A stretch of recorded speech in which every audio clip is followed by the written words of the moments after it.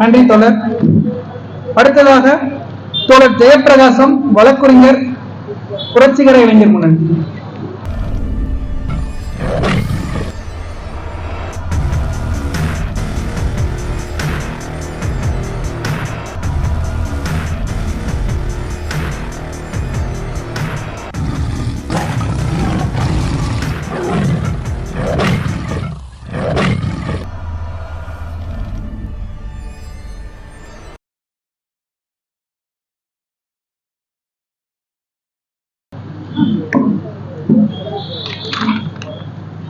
அன்பிற்கினிய தோழர்களே, உயர் நீதிமன்றத்தில் தமிழை வழக்காடு மொழியாக்க கோரி உயர் நீதிமன்றத்தில் தமிழ் வழக்கறிஞர் செயற்பாட்டுக் குழு, தமிழ் வழக்கறிஞர்கள் பேரவை மற்றும் தோழர் சிங்காரவேலர் சட்ட அலுவலகம் சார்பாக நடைபெற்றுக் கொண்டிருக்கக்கூடிய இந்த பொதுக்கூட்டத்திற்கு புரட்சிகர இளைஞர் முன்னணியின் சார்பிலே நானும் கலந்து கொண்டு உரையாற்றுவதிலே மகிழ்ச்சி அடைகிறேன். சாகும் போதும் தமிழ் படித்து சாக வேண்டும், எந்த சாம்பலும் தமிழ் மணந்து வேக வேண்டும் என்று ஒரு கவிஞன் சொன்னான். தமிழை படித்து தமிழுக்காகவே வாழ்ந்து தமிழோடு தமிழரின் உரிமைக்காக இருக்க வேண்டும் என்கிற கருத்துக்கள் பல்வேறு நிலைகளிலே உலாவிக் கொண்டிருந்த போதிலும் நம்முடைய இந்தியா என்கிற சமூக கட்டமைப்பில் மொழிக்காக மொழியை வைத்து ஒரு மிகப்பெரிய போராட்டம், மொழிப்போர் நடந்த வரலாறு தமிழ்நாட்டிற்கு மட்டுமே உண்டு. மொழி சார்ந்த பிரச்சனைகளை தொடர்ந்து பேசிக் கொண்டிருக்கக்கூடிய, கலகம் செய்து கொண்டிருக்கக்கூடிய ஒரு மண் தமிழ்நாட்டினுடைய மண். அந்த அடிப்படையில் இன்றைக்கு உயர் நீதிமன்றத்திலே தமிழ் வழக்காடு மொழியாக வர வேண்டும் என்ற கோரிக்கை இன்றைக்கு வலுத்திருக்கிறது. இன்னும் சிறிது காலத்தில் நாடாளுமன்ற தேர்தல் வர இருக்கக்கூடிய சூழலில் இப்படியான கோரிக்கைகள் வரவேற்க வேண்டியது அரசுக்கு நெருக்கடி கொடுக்கக்கூடிய ஒரு நிலை. நாம் தமிழை வழக்காடு மொழியாக ஏன் ஆக்க கோருகிறோம், அல்லது தமிழை வழிபாட்டு மொழியாக ஏன் ஆக்க கோருகிறோம், அல்லது தமிழை ஆட்சி மொழியாக ஏன் ஆக்க கோருகிறோம்? கல் தோன்றா மண் தோன்றா காலத்தை மூத்த குடி தமிழ் குடி என்பதாலவோ, அல்லது தமிழ் மொழி எல்லா மொழிகளுக்கும் தாய்மொழி என்று சொல்வதாலோ மட்டுமல்ல. இங்கே நடப்பது ஒரு மொழி ஒடுக்குமுறை.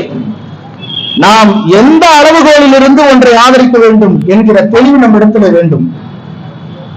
எந்த ஒடுக்குமுறையாக இருந்தாலும் அந்த ஒடுக்குமுறையிலே ஒடுக்கப்படுகிறவன் பக்கம் நின்று நாம் இந்த விஷயத்தை பார்க்க வேண்டும். இங்க என்ன மாதிரியான ஒடுக்குமுறை இந்த சமூகத்தில் நிலவிட்டு இருக்கு? ஜாதிய ஒடுக்குமுறை, ஆண் பெண் என்கின்ற பாகுபாட்டின் அடிப்படையிலே பாலின ஒடுக்குமுறை, சமஸ்கிருதம் இந்தி இந்த மொழிகளை தவிர மற்ற மொழிகளெல்லாம் நீச மொழி, மற்ற மொழிகளெல்லாம் தகுதியற்ற மொழிகள் என்கின்ற மொழி ஒடுக்குமுறை, இப்படி எண்ணற்ற ஒடுக்குமுறைகள் இந்த நாட்டிலே இந்த சமூகத்திலே நிலவிக் கொண்டிருக்கிறது. ஆக ஒடுக்குமுறைக்கு எதிராக இருப்பதுதான் நம்முடைய வேலை. ஒருவேளை இப்படி வைத்துக் கொள்வோம், ஒரு உதாரணத்துக்கு ஒரு கற்பனையாக ஒரு விஷயத்தை நான் சொல்வதை நீங்கள் கொஞ்சம் எண்ணி பாருங்கள். நம்முடைய தமிழகத்திற்கு, தமிழ்நாட்டிற்கு பக்கத்திலே இருந்த ஈழ தேசம், அந்த ஈழ தேசத்திற்கான போராட்டம் உலகம் முழுமைக்கும் அறியக்கூடிய அளவிலே ஒரு மிகப்பெரிய பிரச்சனையாக வளர்ந்து இன்றைக்கு அந்த விடுதலை போராட்டம் சிங்கள பேரினவாதத்தால் உலகம் முழுக்க இருக்கக்கூடிய வல்லாதிக்க நாடுகளின் துணை கொண்டு தமிழர்களுக்கான கனவு அங்கே அடித்து நொறுக்கப்பட்டிருக்கிறது. ஒருவேளை இப்படி வைத்துக் கொள்ளுங்கள், கற்பனையாக, ஒருவேளை அங்கே சிங்கள பேரினவாதத்திற்கு பதிலாக தமிழர்கள் ஒடுக்குமுறை செலுத்தக்கூடிய ஒரு சமூகமாக இருந்து சிங்களர்கள் ஒடுக்கப்படக்கூடிய சமூகமாக இருந்திருந்தால், ஒரு கற்பனைக்காக ஒருவேளை இருந்திருந்தால், நாம் தமிழர் என்கிற காரணத்தினால் மட்டும் அங்கே தமிழர்களை ஆதரித்துவிட முடியுமா? பிரச்சனை நாம் தமிழர்கள் என்பதால் அல்ல, ஒடுக்குமுறைதான் அளவுகோல். யார் ஒடுக்குகிறார்களோ அவனுக்கு எதிராக போராட வேண்டும். அந்த அடிப்படையில் இங்கே இந்த நாட்டிலே மொழி ஒடுக்குமுறை, அந்த மொழி ஒடுக்குமுறையை செலுத்திக் கொண்டிருப்பது இந்தி சமஸ்கிருதம். இந்தி சமஸ்கிருதத்தை இங்கே முன்மொழிவது யார்? பார்ப்பனர்கள். பார்ப்பனர்கள் தங்களுக்கான மொழியை, தங்களுக்கான தேசத்தை, ராமராஜ்யம், பாரதம் என்கின்ற முன்மொழிவை வைத்துக் கொண்டு இங்கு இருக்கக்கூடிய ஒவ்வொரு தேசிய இனத்தினுடைய மொழியின் மீதும் ஒடுக்குமுறை செலுத்துகிறார்கள். அந்த ஒடுக்குமுறைக்கு எதிராக நம்முடைய மொழிக்கான உரிமையை நாம் பேசுவது நம்முடைய ஜனநாயக கடமை. அது உயர் நீதிமன்றத்திலே மட்டுமல்ல, ஆட்சி மொழியாக்க போராட வேண்டியிருக்கிறது, வழிபாட்டு மொழியாக தமிழ் இருக்க போராட வேண்டியிருக்கிறது. இப்படி தமிழ், அன்னை தமிழை அரியணையில் ஏற்றுவதற்காக எல்லா இடங்களிலும் நாம் போராட வேண்டிய தேவை இருக்கிறது. நம்முடைய தமிழ்நாட்டிலே குறிப்பாக நாடாளுமன்றங்களிலே பல்வேறு வகையான விவாதங்கள், பல்வேறு வகையான பிரச்சனைகள் குறித்து விவாதிக்கப்படுகிறது. இந்த நாடாளுமன்றத்திலே நம்முடைய தமிழ்நாட்டிலே இருந்து சென்றிருக்கக்கூடிய மிக முக்கியமான நாடாளுமன்றத்தினுடைய உறுப்பினர் சு வெங்கடேசன் அவர்கள், மார்க்சிஸ்ட் கம்யூனிஸ்ட் கட்சியினுடைய சு வெங்கடேசன் அவர்கள் பல்வேறு நேரங்களில் இந்த நாடாளுமன்றத்திலே மொழி சார்ந்த பிரச்சனைகளை அங்கே அடுக்கி அடுக்கி வைத்துக் கொண்டே இருக்கிறார். சமீபத்திலே அவர் குறிப்பிட்டிருக்கக்கூடிய ஒரு முக்கியமான செய்தி என்னன்னு கேட்டீங்கன்னா, நாடாளுமன்றத்துல 1959 ஆட்சி மொழிக்கான நாடாளுமன்ற குழு என்று ஒன்று அமைக்கிறாங்க. அது என்ன ஆட்சி மொழிக்கான நாடாளுமன்ற குழு? நாடாளுமன்றங்கள்ல பல்வேறு வகையான குழுக்கள் அமைக்கப்பட்டிருக்கு. நாடாளுமன்ற நிலைக்குழுக்கள், அது வந்து பல்வேறு வகையான குழுக்கள் இருக்கும். அந்த குழு அங்கே சொல்லக்கூடிய எந்த குறிப்பான செய்தியை எடுத்து அங்கே முன்வைக்கிறார்களோ, முன்மொழிகிறார்களோ அதை வைத்து விவாதிப்பது, அது சார்ந்த பிரச்சனைகளை தீர்ப்பதற்காகத்தான் பல்வேறு வகையான குழுக்கள் அங்கே நாடாளுமன்ற குழுக்களாக ஏற்படுத்தப்படுகிறது. ஆனால் 1959 உருவாக்கப்பட்ட ஆட்சி மொழிக்கான நாடாளுமன்ற குழு என்பது இந்தியை ஆட்சி மொழியாக ஆக்குவதற்காகத்தான் அது உருவாக்கப்பட்டிருக்கு.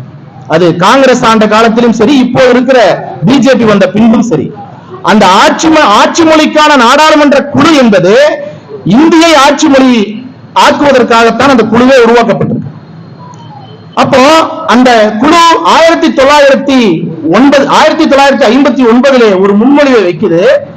அது என்னன்னா, மொழிபெயர்ப்பு வசதிகள் முழுமையாக மாற்றப்படக்கூடிய காலம் வரும் சூழலில், அதாவது 1959 இன்னைக்கு இருக்கிற மாதிரியான நவீன வசதிகள் அன்றைக்கு நாடாளுமன்றத்தில் இல்ல.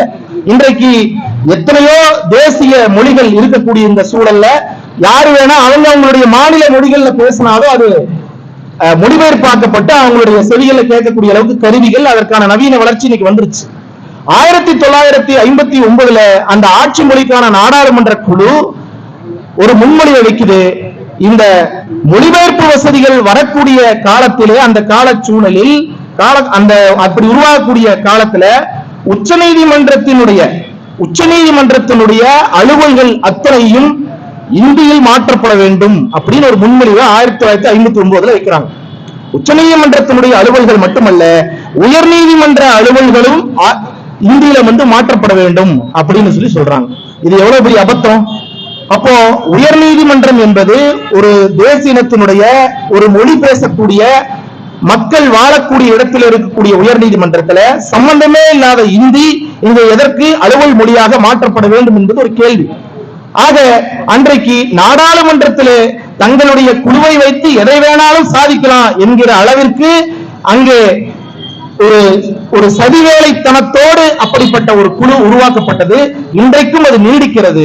அதனுடைய தொடர்ச்சியாகத்தான் அவர்கள் ஏற்படுத்தி கொடுத்த அந்த விதை, அவர்கள் ஏற்படுத்தி கொடுத்த அந்த ரூட்டை பயன்படுத்தி இன்றைக்கு மோடி ஆட்சிக்கு வந்த பிறகு கடைசியாக அந்த ஆட்சி மொழிகளுக்கான அந்த நாடாளுமன்ற குழுல இன்றைக்கு ஒரு முன்மொழிவை கடைசியாக வைத்திருக்கிறார்கள் மோடி ஆட்சியில. என்னது? நாடாளுமன்றத்தில் யாருக்கெல்லாம் இந்தி பேச தெரிந்திருக்கிறதோ, அது தமிழ் பேசக்கூடிய அமைச்சரா இருக்கலாம், மலையாளம் பேசக்கூடிய அமைச்சரா இருக்கலாம், தேசியத்தினுடைய எந்த மாநிலத்தை சேர்ந்த அமைச்சராக யாரா வேணா இருக்கலாம், அவருக்கு இந்தி பேச தெரிந்திருந்தால் கட்டாயம் இந்தியில் தான் நாடாளுமன்றத்தை பேசணும். அவருக்கு ரொம்ப மிக தெளிவாக தமிழ்ல பேச தெரிஞ்சாலும், அவருடைய மாநில மொழியில் அவர் எவ்வளவு நேர்த்தியாக பேச தெரிஞ்சாலும், இந்தி அரைகுறையாக பேச தெரிந்திருந்தாலும் நீ இந்தியில தான் பேசணும் அப்படிங்கிற முன்மொழிவை, இந்தி பேச தெரிந்திருந்தால் இந்தியில தான் பேசணும் அப்படின்ற ஒரு அந்த முன்மொழிவை இப்ப கடைசியா நிறைவேற்றிருக்காங்க. ஆக இது எப்படிப்பட்ட சதித்தனம் அப்படிங்கிறது நீங்க குறிப்பிடணும் அப்படின்னு சு வெங்கடேசன் அவர்கள் குறிப்பிடுறாரு. அவர் அதை மட்டும் சொல்லல, மேலும் இன்னொன்னு சொல்றாரு.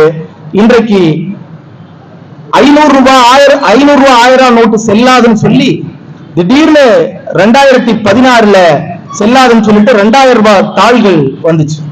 அந்த 2000 ரூபாய் தாள்கள்ல தேவநாகரி அப்படிங்கிற எழுத்தை உள்ள புகுத்திருக்காங்க. உங்களுக்கு எல்லாத்துக்கும் தெரியும், அந்த தேவநாகரி எழுத்து என்பது, அந்த எண்கள் என்பது இந்தியை சமஸ்கிருதத்தை எழுதுவதற்காக பயன்படுத்தக்கூடிய ஒரு எழுத்து முறை. அது அந்த தேவநாகரிய யாருடைய அனுமதியும் இல்லாம எந்த நாடாளுமன்றத்திலையும் எந்த பேரவையிலையும் அதை பத்தி விவாதிக்காமல் அந்த தேவநாகரிங்கிற அந்த 2000 நோட்டுல கொண்டு வந்திருக்காங்க.